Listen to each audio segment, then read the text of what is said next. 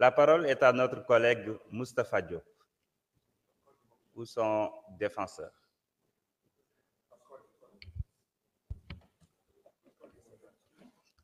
Veuillez insérer votre carte.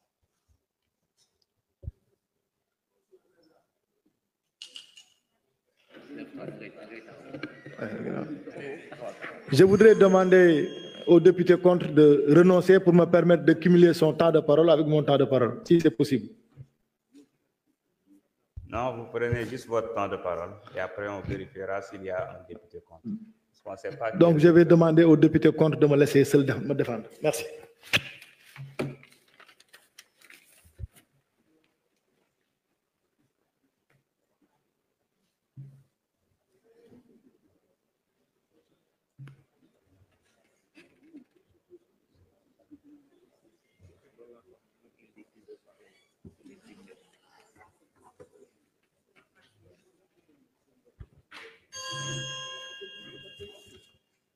Monsieur le Président de l'Assemblée nationale, Monsieur le ministre de la Justice, garde des Sceaux, Monsieur le ministre du Travail et de l'Emploi en relation avec les institutions.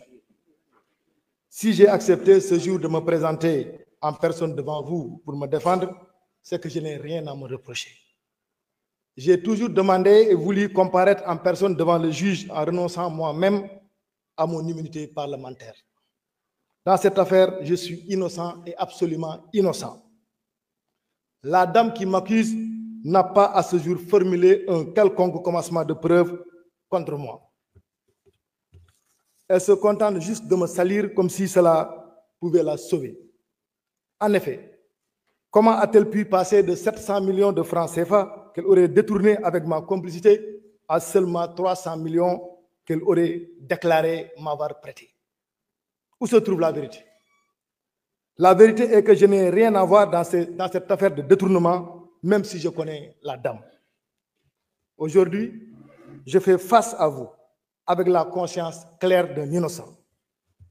En plus, le dossier qui vous a été transmis ne contient aucun élément de preuve pouvant me charger. Nous, les députés,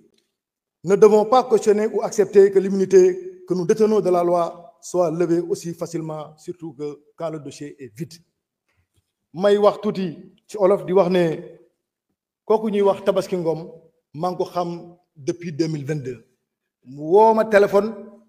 ne ma monsieur le ministre dama dégg ne nit ku baax nga nit kuy jàppale nit ñi nga mu jànkoonteel ay problème ca fa mu doon liggéey diggante jullit ak jullit ma jàppale ko ca ba problème yooyu saafaraw élection législative yi ñëw muy dox ci mbedd mi ba dajeeg sama affiche ci mbedd bi mu woo ma téléphone ne ma li nga ma defal dama la ko bëgg a fay ndax damaa gis ne candidat nga ci élection législative yi ma bëgg a taxaw jàppale la ci sama gox ma ne ko loolu dama ciy kontaan trop di ko rafetlu bi ñu demee élection législative ba pare mu woo ma téléphone félicité ma ne ma vraiment kontaan naa pour une première participation liste 41 personnes comment dire 41 candidats nga jël 6e loolu lu rëy la ci Sénégal au delà de commencer. waaye nag monsieur le ministre man de sorti naa ci campagne bi ndax dépassé naa ci lu tolloog 20 millions ma ne ko 20 millions